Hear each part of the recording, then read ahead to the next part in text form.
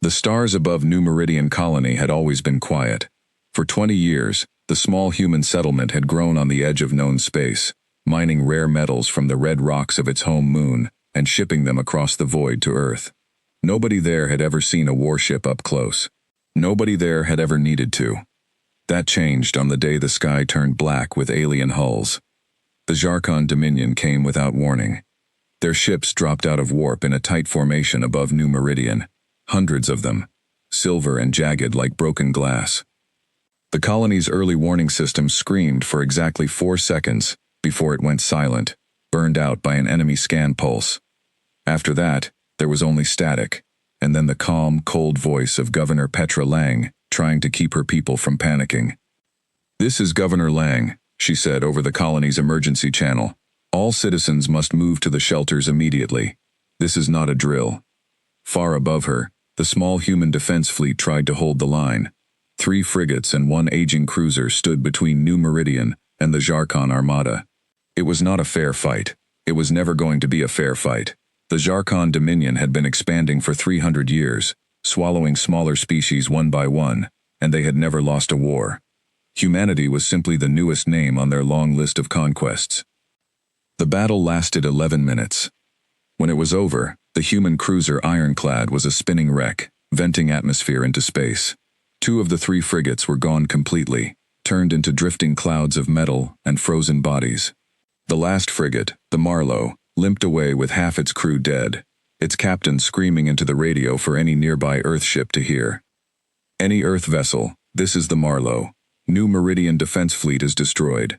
Zarkon forces are moving to orbital bombardment position. Repeat, we need reinforcements. We need anyone. Please, somebody, help us."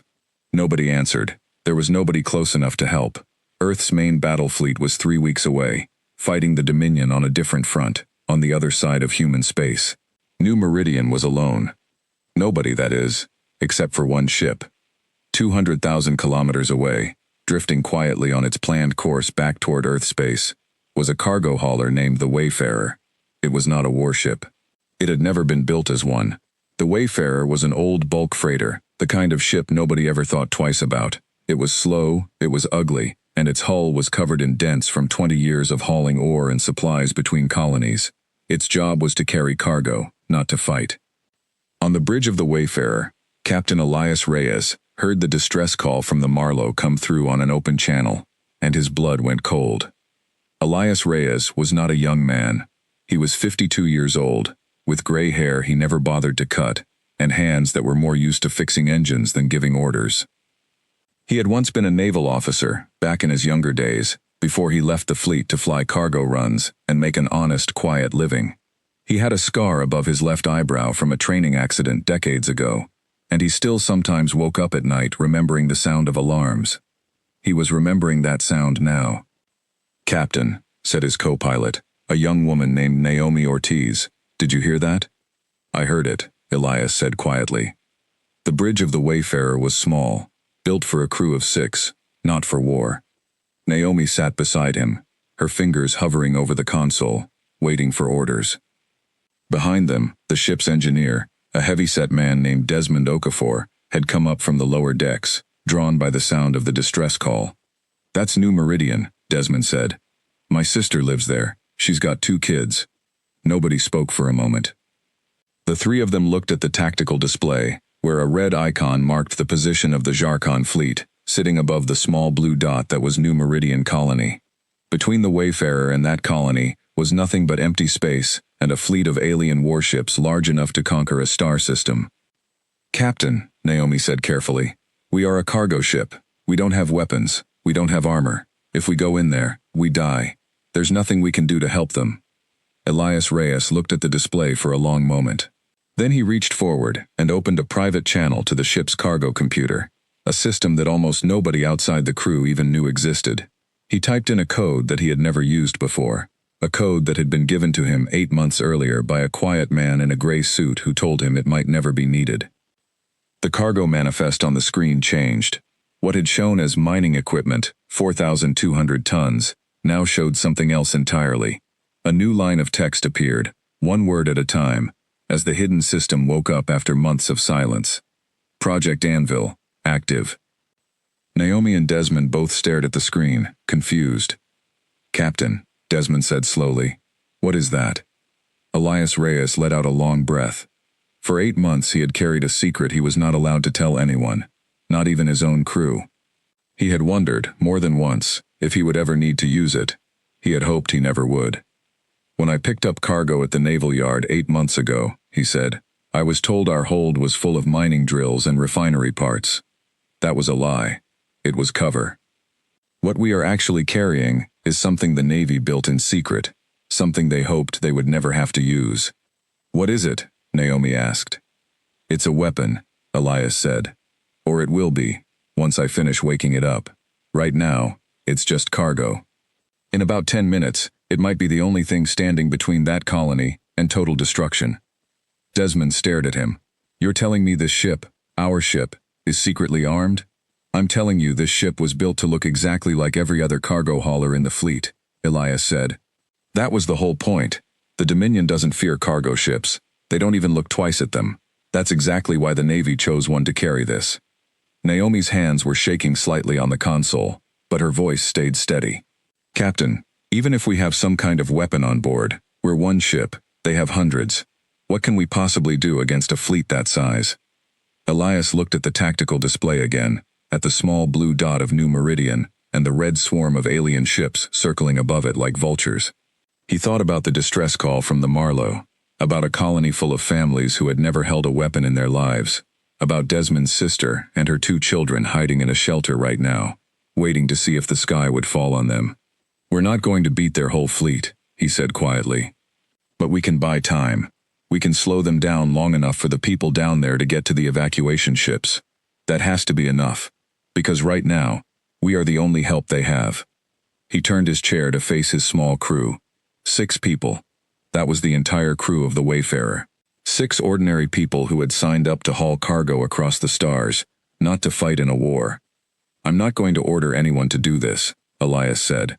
What I'm about to do will probably get us all killed. If anyone wants to take the escape pod and get clear before we turn this ship around, I understand completely, and I won't think less of you for it. Nobody moved. Naomi looked at her captain, then down at her hands, then back up again. My little brother is in the Earth Navy, she said. He's out there right now fighting the Dominion on some other front, and I never get to help him. I never get to do anything except haul crates from one dock to another. If this ship can actually do something, if we can actually save people today, then I want to stay. Desmond crossed his big arms over his chest. My sister is down there, Captain. I'm not going anywhere. One by one, the rest of the crew gave their answer over the ship's intercom. The cook, a quiet older man named Farid Haddad, said simply, I've got nowhere else I'd rather be. The 2 junior crew members, twins named Kai and Lila Sun, barely out of their 20s, said they were staying too, their voices nervous but firm. Elias Reyes nodded slowly, feeling something tighten in his chest, something between pride and fear. All right, he said. Then let's get to work. Naomi, plot a course for New Meridian, best speed. Desmond, get down to engineering, and get me everything this old ship has got. We are going to need every bit of power we can find. As the Wayfarer began to turn, its massive engines lighting up and pushing it toward the battle, far above New Meridian, the alien commander of the Jarkon fleet noticed the change on his scanners. His name was Warlord Skral Dun, and he had led fleets across a dozen star systems, conquering species that had begged for mercy, and species that had fought until their last ship burned. He stood on the bridge of his flagship, the Dominion of Ash, a massive vessel 3 kilometers long, built from the metal of 100 conquered worlds. His skin was a deep gray-green, thick and scaled, and his eyes were a pale yellow that missed almost nothing. A junior officer approached him, bowing low. Warlord, we have a new contact approaching from the outer system, a single vessel. Skral Dun did not even turn his head. Reinforcements? No, Warlord. Sensors identify it as a bulk freighter, civilian registry, unarmed. Skral Dun made a low sound in his throat, something like a laugh. In his 300 years of life, he had seen humans fight with everything from warships to farming equipment, but a cargo hauler flying straight into a fleet of hundreds of warships was something new, even for him. Ignore it, he said. Let it come. Perhaps it wishes to surrender in person. Focus every gun on the colony below. I want the bombardment to begin the moment the last human ship is destroyed." The junior officer bowed again and hurried away to relay the order. Skraldun turned back to the main view screen, watching the small blue-green world of New Meridian hang in the darkness below his fleet, utterly helpless. He had conquered dozens of worlds like this one. He knew exactly how this would end. The humans would beg, as they always did, and then they would either surrender or die, and either way the Dominion would take what it wanted. He gave one last glance toward the tiny dot on his scanner that marked the approaching cargo ship, slow and clumsy and completely alone, and he almost felt something like pity for it. He had no idea what that ship was carrying. Back on the Wayfarer, Elias Reyes stood at the center of his small bridge, watching the alien fleet grow larger on the view screen with every passing minute. His heart was pounding, but his voice, when he spoke, was steady. "Everyone, listen to me," he said over the intercom, his words carrying to every corner of the ship. "In a few minutes, we are going to fly this ship straight into the middle of the largest enemy fleet any of us has ever seen. They think we're nothing. They think we're just cargo. I need every one of you to do your job, exactly like I know you can, because the people on that colony are counting on us, whether they know it or not." He paused, looking at the image of New Meridian on the screen, small and blue and fragile against the darkness of space. "They think this ship is empty," he said quietly. "They have no idea what we're really carrying." The Wayfarer's engines roared to life, pushing the old freighter forward at a speed it had never been designed to reach. Behind its scarred and dented hull, deep in the cargo hold that had fooled alien scanners for 8 months, something began to wake up. The battle for New Meridian was about to begin, and nobody on either side had any idea just how much it was about to change. The Wayfarer cut through the darkness of space, its old engines burning hotter than they ever had in 20 years of service.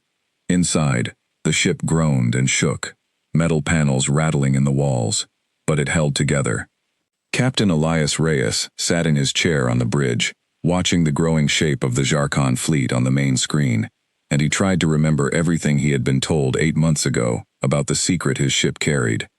It had happened on a quiet evening at the Naval Supply Yard near Earth. A man in a plain gray suit, who never gave his name, had met Elias in a private office and explained, very calmly, that the Wayfarer had been chosen for something important. "Your ship has a good record," the man had said. "Reliable. Boring. Exactly the kind of ship nobody watches closely." "That makes it perfect." "Perfect for what?" Elias had asked. The man had placed a small data drive on the table between them. "We are calling it Project Anvil. Your cargo hold is going to be modified. To any scanner, to any inspection, it will look exactly like it always has. But hidden inside the outer cargo containers, we are installing a rail-based launch system. It uses raw ore, scrap metal, anything dense you happen to be hauling, and fires it at extremely high speed. Think of it as a very large, very simple cannon, built out of parts that look like ordinary shipping equipment." Elias remembered staring at the man in disbelief. "You want to turn my cargo ship into a weapon?" "We want to turn your cargo ship into a secret," the man had corrected him. "The Dominion has scanned hundreds of our warships. They know what our weapons look like. They know what to watch for. They do not know what an ordinary bulk freighter is capable of, because until now, it has never been capable of anything. That is exactly why this plan can work. And if I never need to use it..." The man had shrugged. "Then you keep hauling cargo, and nobody ever finds out. But if the day comes when your ship happens to be the only thing standing between the Dominion and a target we cannot afford to lose, you will have a choice that no other cargo captain in the fleet will have." That day had come, and Elias Reyes had made his choice. Now, as the Wayfarer roared toward the alien fleet, Desmond Okafor was down in the engine room, sweat pouring down his face as he worked through the activation sequence the Navy had hidden in the ship's systems 8 months earlier. Pipes and cables that had always looked like ordinary cargo equipment were shifting, locking into new positions, revealing machinery that had been built to look like something else entirely. "Captain," Desmond called over the comm, "the launch rails are online. I'm reading full power to the primary containers. This is really happening." "Copy that," Elias said. "Naomi, how much longer until we're in range?" Naomi Ortiz checked her display, her eyes flicking quickly across the numbers. At current speed, we'll be within firing range of their outer ships in about 6 minutes. But Captain, they're going to see us coming a long time before that. We have no way to hide. We're not trying to hide, Elias said. We're trying to look harmless for as long as we possibly can. He opened a channel, broadcasting on the same frequency the Marlow had used for its distress call, an open frequency that any ship, human or alien, could pick up. This is the civilian freighter Wayfarer, he said, keeping his voice calm and steady, the voice of a man who had spent 20 years talking down panicked crews during storms and engine fires. We are an unarmed cargo vessel. We are approaching New Meridian to assist with civilian evacuation. We have no hostile intent. Please allow safe passage. It was of course a lie, but it was a very useful one. If the Zarkon commanders believed it, even for a few more minutes, that gave the Wayfarer time to close the distance. Far above New Meridian, on the bridge of the Dominion of Ash, Warlord Skral Dun heard the translated message and let out another low, rumbling laugh. They wish to evacuate their people, he said to his second-in-command, an officer named Vesk. How touching. Let them come closer. It changes nothing. Once the colony is taken, that ship and everyone aboard it will belong to the Dominion as well. Vesk bowed his scaled head. Should we send ships to intercept it, Warlord? Skral Dun considered this for a moment, watching the slow blip on his tactical display. It was moving faster than a typical cargo hauler should be able to move, which was strange, but not alarming. Human engineering was crude, but occasionally resourceful. He had seen freighters pushed past their limits before, usually by desperate crews trying to flee, never by crews trying to approach a battle. Send the picket squadron, he said finally. 6 ships. Let them escort our new arrival in, and disable its engines if it tries anything foolish. I want no mistakes today.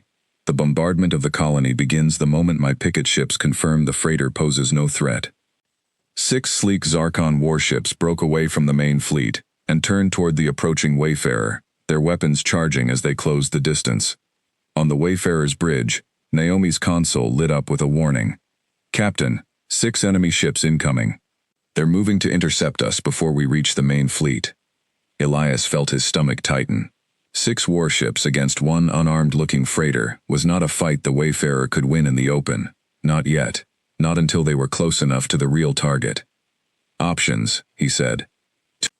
We could try to outrun them, Naomi said, though her voice made it clear she did not believe that was possible. Or we hold course, and hope the launch system is ready before they reach firing range. Desmond, Elias called down to engineering, talk to me. How much longer until Anvil is fully charged? There was a pause, filled with the sound of clanking metal and hissing pipes. 3 minutes, Captain. Maybe less if I push the reactor harder, but if I do that, we risk burning out the coils before we even get one shot off. Push it, Elias said. We don't have 3 minutes to spare. The 6 Zarkon picket ships closed in fast, forming a loose circle around the Wayfarer, their weapon ports glowing with charged energy. A voice crackled over the open channel, harsh and mechanical through the translation system, but clear enough to understand. Human vessel, power down your engines. You will be searched and escorted to the colony. Any resistance will be met with immediate destruction. Elias looked at his small crew, all of them tense, all of them waiting for his order. He thought about the families on New Meridian, about the Marlow's desperate call for help, about how close they were, and how everything depended on the next few minutes. He opened the channel and made his voice as calm as he could manage. This is the Wayfarer. Understood. Powering down main engines now. He did not power down the main engines. Instead, he gave Naomi a small nod, and she began quietly rerouting power away from the ship's outer running lights and non-essential systems, making the Wayfarer's engine signature look weaker on enemy scanners without actually slowing the ship down. It was an old trick, one that smugglers and cargo captains had used for decades to fool custom scanners. It would not fool the Zarkon forever, but it might buy a few more precious seconds. The picket ships drew closer, confident, their formation tightening around the freighter like a net. On the Dominion of Ash, Warlord Skral Dun watched the display with mild interest, expecting nothing more than a routine inspection. That was when one of the picket ship's sensor officers noticed something strange. Commander, the officer said, staring at his readings, confusion in his voice. The freighter's cargo containers are reading unusually dense, far denser than standard mining equipment, and there are power fluctuations along the length of the hull that do not match any civilian design I have on file. The picket squadron's commander frowned at his own display. Probably faulty sensors. These old human ships are held together with rust and hope. Continue the approach. But deep in the belly of the Wayfarer, Desmond Okafor watched the last of the charge indicators turn from red to yellow, climbing steadily toward green. "Captain," he called up to the bridge, his voice tight with tension. "Anvil primary rail is at 90% charge. I can give you a shot in about 90 seconds, but it's going to drain almost everything we've got. We'll need time to recharge before we can fire again." "Understood," Elias said. He looked at the 6 enemy ships surrounding his own on the view screen, close enough now that he could make out the shapes of their weapon ports, all aimed directly at the Wayfarer. This was the moment. There was no going back now, no way to pretend any longer to be a helpless, unarmed freighter. In less than 2 minutes, either the Wayfarer would strike first, or it would be destroyed before it ever got the chance. Elias Reyes took a slow breath, thinking of Desmond's sister and her children hiding in a shelter below, thinking of the Marlowe's captain and his desperate plea for help, thinking of every colonist on New Meridian who had no idea that their only hope right now was an old, dented cargo ship crewed by 6 ordinary people who had never expected to become soldiers. "Naomi," he said quietly, "bring us about. Target the lead picket ship. The moment Desmond gives the word, we fire." Naomi's hands moved across her console, steady despite the fear in her eyes. "Turning now, Captain." On the enemy channel, the picket squadron's commander noticed the freighter's sudden change in heading and barked out a warning. "Human vessel. Why are you altering course? Explain yourselves immediately." Elias did not answer. There was nothing left to say. The Wayfarer's hidden cargo containers along its long spine began to shift and open, revealing rows of dark metal rails that had never been part of any standard shipping design, rails that had been hidden in plain sight for 8 long months, waiting for exactly this moment. For the first time, the Jarkon picket ships realized they were not looking at a helpless cargo hauler. They were looking at a weapon. But by then, it was already too late for them to do anything about it. The rails along the Wayfarer's spine locked into position with a deep mechanical thud that shook the entire ship. Down in engineering, Desmond Okafor watched the last charge indicator flick to green and slammed his hand down on the firing control. "Anvil is live!" he shouted. "Firing now!" A massive burst of energy ran down the length of the ship's hidden rail system, and a piece of raw iron ore, mined months ago on some quiet moon and never meant to be anything more than cargo, was hurled forward at a speed no picket ship's shields were built to stop. The projectile struck the lead Jarkon picket ship dead center. There was no explosion of fire, no dramatic flash, because there was no air in space to burn. There was only a sudden, silent tearing of metal as the alien warship's hull cracked open from bow to stern, its internal systems failing all at once, its lights going dark as it broke into 2 spinning, lifeless halves. For a long moment, nobody on either side said a word. Then chaos erupted. "Enemy fire! Enemy fire!" One of the remaining picket ship commanders screamed over the open channel. "The freighter is armed! I repeat, the freighter is armed!" The 5 surviving picket ships scattered, breaking formation, their weapons finally opening up on the Wayfarer in a storm of energy blasts. The old freighter shook violently as the first hits landed, alarms screaming through every corridor. "Shields at 70%, Naomi shouted from her station, gripping the edge of her console as the ship rocked beneath her. "Captain, they're regrouping. They're going to hit us with everything they have." Elias Reyes gripped the arms of his chair, forcing himself to stay calm, even as red warning lights flashed across every screen on the bridge. "Desmond, how long until Anvil can fire again? I need 4 minutes to recharge the primary rail." Desmond's voice came back, strained and full of static. The system wasn't built to fire twice in a row this fast. "We don't have 4 minutes, Naomi said, watching as the remaining picket ships adjusted course, closing in from multiple directions at once. Elias thought fast. The Wayfarer might not have another shot ready in time, but it still had one thing the Jarkon picket ships did not expect: a crew willing to fly a slow, ugly cargo ship straight into danger without blinking. "Naomi, hard turn. Put the thickest part of our cargo hull between us and their fire, he ordered. Kai, Leela, I need you two down in the secondary hold, reinforcing whatever structural supports you can reach. Farid, get to medical bay. Be ready in case we take casualties. The crew scattered to their stations, moving with the kind of quiet determination that came from ordinary people, suddenly finding themselves in an extraordinary situation. The Wayfarer twisted through space, its heavy cargo containers absorbing blast after blast, denting and cracking but somehow holding together, buying precious seconds. Far above, on the bridge of the Dominion of Ash, Warlord Skral Dun rose from his seat for the first time since the battle began. His pale yellow eyes narrowed as he watched the reports come in. A civilian freighter destroyed one of my picket ships, he said slowly, as if testing the words to see if they made any more sense out loud. Explain this to me. His second-in-command, Vesk, looked deeply uncomfortable delivering the news. Warlord, our scanners failed to properly identify a weapon system hidden within the vessel's cargo containers. It appears to be some form of mass-based rail weapon, using dense cargo material as ammunition. We have never encountered a design like it. A weapon disguised as cargo, Skraldun repeated.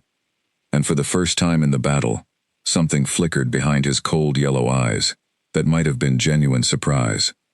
In 300 years of conquest, he had faced warships, planetary defense cannons, even suicide bombers strapped with explosives. He had never once faced an enemy who turned an ordinary supply ship into an ambush. Send the rest of the strike group, he ordered. I want that ship destroyed immediately. No more picket squadrons. Send everything close enough to reach it.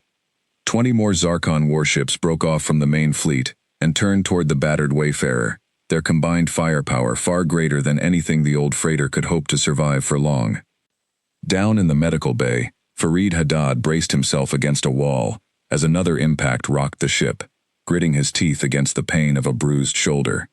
In the cargo hold, Kai and Lila Sun worked frantically, welding cracked support beams back together with shaking hands, doing everything they could to keep the ship from tearing itself apart. On the bridge, Elias watched the tactical display fill with more and more red icons, all of them converging on his tiny green dot. He felt fear rising in his chest, the kind of fear he had not felt in decades, but underneath it was something else too, something steadier. Resolve. Captain, Naomi said quietly, watching the same display. There are too many of them. Even if Anvil finishes charging, we can't fight 20 ships. We're not trying to fight 20 ships, Elias said. We're trying to buy time for New Meridian's evacuation ships to launch. Every second we stay alive is a second those transports have to get civilians off that colony. He opened a channel down to the colony below, hoping someone was still listening. This is the freighter Wayfarer, calling New Meridian Control. We are engaging Zarkon forces to draw their attention. Get your people to the evacuation ships now, while you still have the chance. For a moment there was only static. Then a voice broke through, tired and disbelieving, but full of sudden hope. It was Governor Petra Lang. Wayfarer, this is New Meridian Control. We hear you. Are you telling me a cargo ship is fighting off the Dominion fleet? For now, Elias said. Get your people moving. We won't be able to hold them off forever. Copy that, Lang said, her voice steadying with new determination. Evacuation ships launching in 3 minutes. Thank you, Wayfarer. Whoever you are, thank you. Elias closed the channel and looked back at the swarm of enemy ships closing in on his tiny vessel. 3 minutes. He could give them 3 minutes. Desmond, he called down to engineering. How's that charge coming? 60%. Desmond shouted back over the noise of hissing pipes and grinding machinery. I'm pushing the reactor as hard as I dare, Captain. Any harder and we risk a full meltdown. Push it anyway, Elias said. We need every second we can get. The Wayfarer twisted and turned through the incoming fire, its old engines straining, its hull groaning, under the strain of maneuvers it had never been designed to perform. Blast after blast struck its outer containers, tearing away armor plating that had once looked like ordinary shipping crates, revealing the scorched metal beneath. On the Dominion of Ash, Skral Dun watched his fleet close in on the crippled freighter, confident that the strange weapon it carried could not possibly survive much longer under such heavy fire. Finish it, he ordered coldly. I want that ship destroyed before it costs us anything more. But as the Zarkon warships tightened their formation around the battered Wayfarer, none of them noticed the second set of cargo containers along the freighter's underside, beginning to shift open, revealing a weapon system the humans had never even tested in live combat before this very day. Elias Reyes gripped the arms of his chair, watching the charge indicator on his screen climb past 80%, then 90%, and he allowed himself one small, grim smile. The Dominion fleet thought they were closing in on a dying ship. They had no idea the Wayfarer had one more surprise left to give them. The second charge indicator turned green, and Desmond Okafor let out a shout of relief that echoed through the engine room. "Captain, secondary rail is charged. I don't know how much more this old girl can take, but we've got one more shot." On the bridge, Elias Reyes stared at the wall of enemy ships closing in around the Wayfarer, 20 warships strong, their weapons glowing bright as they prepared for a final, overwhelming strike. One more shot would not be enough to destroy 20 ships. But it might be enough to do something far more important. "Naomi," he said, his voice sharp and clear despite the chaos around them. "Give me a firing solution on their flagship, the big one, the Dominion of Ash." Naomi's eyes went wide. "Captain, that's their command ship. It's 3 kilometers of solid armor. Our rail cannon barely scratched a picket ship. There's no way it can punch through something that size." "I'm not trying to punch through it," Elias said. "I'm trying to hit its engines. If we can cripple their flagship, even for a few minutes, it will throw their whole formation into confusion. That confusion is exactly what New Meridian's evacuation ships need." Naomi nodded, her hands flying across the console, calculating the impossible shot. "Solution locked, Captain, but it's going to be close. We need a clear line of sight through at least 6 enemy ships." "Then let's make one," Elias said. He grabbed the ship's controls himself, pulling the Wayfarer into a sharp, violent turn that sent loose equipment crashing through the corridors. The old freighter groaned in protest, but it obeyed, cutting through a gap in the enemy formation just wide enough to give them a straight line toward the massive flagship in the distance. Alarms blared as enemy fire tore into the Wayfarer's hull from every direction. A blast struck near the cargo hold, and Kai Sun's voice came over the comm, tight with pain. "Captain, we've got a hull breach in Section 4. Lila and I are sealing it now. We're okay. Keep going." Elias gritted his teeth, watching more red lights fill his damage display. "Desmond, I need that shot fired the second we have the angle." "Standing by," Desmond shouted back. The Wayfarer shook violently as it pushed through the gap in the Zarkon formation, its hull scorched and cracking, its crew holding on for their lives. For one brief moment, the path was clear, a straight line stretching from the freighter's rail cannon all the way to the glowing engine ports of the massive flagship in the distance. "Now!" Elias shouted. Desmond slammed his hand down on the firing control, and the last of the Wayfarer's stored power surged down the secondary rail. A second projectile, forged from raw mining ore that had never been meant for anything more than a colony's refinery, screamed across the battlefield at a speed that no shield in the Zarkon fleet had ever been designed to stop. It struck the Dominion of Ash's rear engine section with the force of a small asteroid impact. The massive flagship shuddered violently, its rear hull erupting in a burst of escaping atmosphere and superheated gas. Emergency lights flooded every corridor of the great warship as its main engines went dark, its power core automatically shutting down systems to prevent a catastrophic overload. On the bridge of the Dominion of Ash, Warlord Skral Dun was thrown from his seat as the ship lurched violently beneath him. He rose slowly, gripping the edge of a console for balance, his pale yellow eyes wide with something he had not felt in a very long time. Disbelief. "Report," he snarled, pulling himself upright. "What has happened to my ship?" Vesk, his second in command, stared at his console in stunned silence for a long moment before finding his voice. "Warlord, our main engines are offline. The freighter's second weapon strike disabled our propulsion systems entirely. We are dead in the water." A tense silence fell across the bridge of the great flagship. In 300 years, Warlord Skral Dun had never once had his own command vessel crippled by an enemy attack, let alone by what his own scanners had first identified as a harmless civilian cargo hauler. "Impossible," he said quietly, staring at the small, battered ship still visible on his tactical display, smoke pouring from its scorched hull, somehow still moving, still fighting. That is a supply vessel. It should not exist. It should not have such power.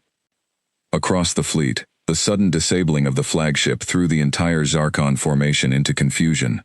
Ships that had been tightening their circle around the crippled wayfarer suddenly broke away, some rushing to protect their stranded commander, others uncertain of who was even giving orders anymore without their flagship's central coordination.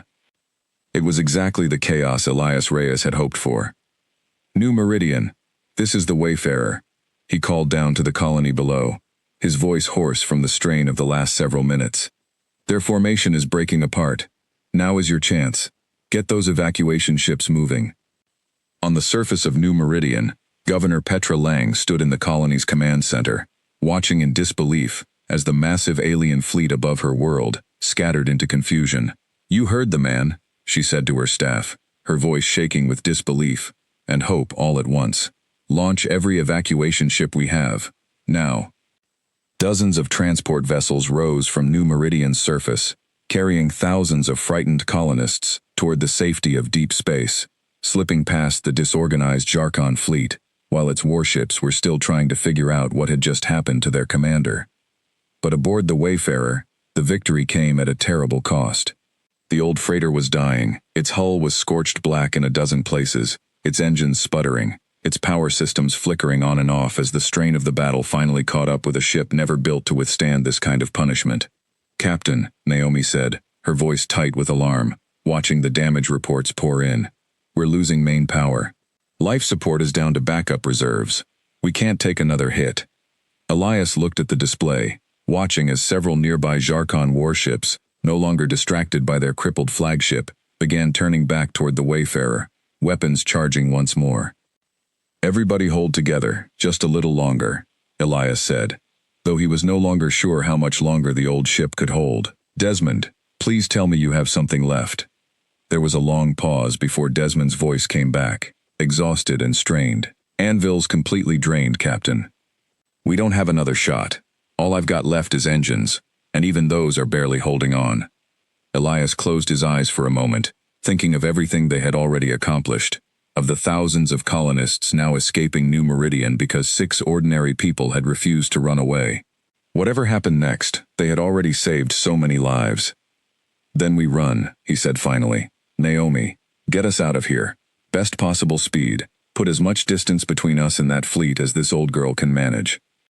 The Wayfarer turned away from the battle, its damaged engines straining to push it clear of the chaos, while behind it, the Zarkon fleet remained locked in confusion, its crippled flagship drifting powerless among the stars, and thousands of human colonists streamed safely away from a world that should have fallen that day.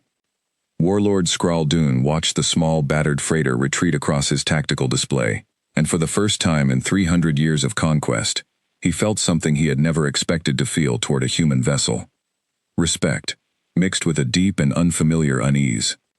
"Let it go," he said quietly, surprising even himself with the order. "Focus on repairing the flagship. We will deal with humanity's tricks another day. But mark my words, Vesk, we must never again assume we know what an unarmed human ship is truly carrying." Behind them, the Wayfarer limped away into the darkness of space, badly wounded, but still alive, its small crew of 6 having done something that no one, on either side of the battle, would ever forget.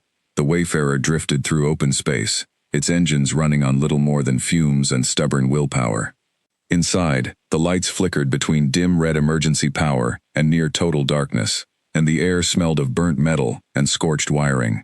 But the old ship was still moving, and everyone aboard was still alive, and for now, that felt like a miracle. Captain Elias Reyes sat in his chair on the bridge, watching the stars slide slowly past the cracked viewport, and allowed himself, for the first time in hours, to breathe. "Captain," Naomi Ortiz said quietly from her station, "New Meridian evacuation fleet is reporting in. All transports made it out safely. Every last one of them." Elias closed his eyes for a moment, feeling something heavy lift from his chest. "How many people?" "Just over 11,000, Naomi said, her voice cracking slightly with emotion. 11,000 people, Captain. They all got out because of us." Down in engineering, Desmond Okafor leaned against a bulkhead, exhausted, his hands shaking from hours of pushing the ship's systems far beyond their limits. He thought of his sister and her 2 children, somewhere among those 11,000 survivors, safe now, alive because of the choice their little cargo ship had made. "We did it," he whispered to himself, and for a moment, the tired engineer allowed himself to smile. In the cargo hold, Kai and Lila Sun sat side by side against a wall, both of them covered in soot and grease, nursing minor burns from sealing the hull breach earlier in the battle. Farid Haddad moved carefully between them, checking bandages with steady, careful hands, the same hands that had once only known how to cook simple meals for a small crew, now steady enough to have kept his crewmates alive through the worst hours of their lives. 3 days later, the battered wayfarer was met by a small Earth Navy escort near the edge of human space, sent out once word of the battle had finally reached Fleet Command. A young lieutenant boarded the freighter, expecting to find a badly damaged military vessel, and instead found 6 exhausted civilians standing proudly beside their smoking, broken cargo ship. "You're telling me," the lieutenant said, staring at Elias Reyes in disbelief, "that this ship, this cargo hauler, disabled a Jarkon flagship and held off an entire strike force long enough to evacuate an entire colony?" "That's about right," Elias said tiredly, managing a small, worn smile. News of the Wayfarer's stand at New Meridian spread quickly across human space, and then, faster still, across the wider galaxy. Other species who had long watched the war between Earth and the Jarkon Dominion, with quiet fear, began to whisper new stories about the humans, stories that traveled from star system to star system, growing a little larger with each retelling. They said Earth had sent an unarmed cargo ship into battle, and that ship had crippled one of the Dominion's mightiest flagships. They said the humans had turned an ordinary supply vessel, the kind every civilization built by the thousands, into something capable of standing against a war fleet. And if humans could hide such power inside something as simple as a cargo hauler, other species began to wonder, nervously, what else might be hiding inside every other harmless-looking human ship crossing the stars. Aboard the Dominion of Ash, now under repair at a Jarkon shipyard many light-years away, Warlord Skral Dune stood before a gathering of his fellow commanders, explaining, as calmly as he could manage, exactly what had happened at New Meridian. "A single, unarmed freighter," one of the other warlords repeated slowly, disbelief written across his scaled features. "You are telling us your flagship, the pride of our entire fleet, was crippled by a civilian cargo hauler?" "I am telling you," Skral Dune said, his voice hard and controlled, "that the humans are more dangerous than we believed. They do not fight the way we expect them to fight. They hide their strength inside the most ordinary things imaginable, and they are willing to sacrifice everything for people they have never even met. We assumed a defenseless ship posed no threat. That assumption cost us dearly. It must never happen again." The other warlords fell silent, considering his words carefully. For the first time since the war began, a quiet unease settled over the Jarkon High Command, a growing understanding that the conquest of humanity might not be the simple, one-sided campaign they had originally believed it would be. Back on New Meridian, the colony slowly began to rebuild. Governor Petra Lang stood at the edge of the settlement one quiet evening, looking up at the stars, thinking about how close her people had come to losing everything, and about the strange, battered cargo ship that had saved them all. A memorial was built near the center of the colony, a simple stone marker bearing the names of the Wayfarer's 6 crew members, though all 6 of them were, thankfully, still very much alive. Colonists would stop by it in the years that followed, laying flowers, telling their children the story of the day an ordinary cargo ship stood between them and destruction, and won. Elias Reyes eventually returned to a quiet, simple life, though the Navy offered him a formal commission more times than he could count. He always turned it down politely. He was not a soldier, he told them, just a man who had once made a difficult choice, alongside 5 people he was proud to call his crew. The Wayfarer itself was repaired, its scars left visible rather than fully polished away, a reminder of what it had survived. It returned, quietly, to hauling cargo between colonies, just as it always had, though now, wherever it traveled, people would sometimes stop and stare, whispering to each other about the small, dented freighter that had once stood alone against an entire alien war fleet. Naomi Ortiz stayed aboard as co-pilot, later becoming the ship's captain herself when Elias finally decided to retire for good. Desmond Okafor kept the engines running for many more years, always keeping a careful eye on the ship's old cargo systems, just in case they were ever needed again. Kai and Lila Sun went on to train other crews in emergency repair techniques, using lessons learned during those desperate minutes, sealing a hull breach in the middle of a war zone. Farid Haddad continued cooking simple meals for whoever needed them, though he now also carried a small medical kit everywhere he went, just in case. Far across the galaxy, the story of the Wayfarer became something more than just a battle report buried in a naval archive. It became a warning, whispered among alien commanders, who had once believed they understood exactly what humanity was capable of. They had learned, in the worst possible way, that Earth's cargo ships were not always what they appeared to be. And somewhere out among the stars, other quiet, ordinary-looking vessels continued their routine journeys between worlds, carrying cargo that looked, to any outside observer, completely harmless. Nobody watching them could ever be entirely sure that was actually true.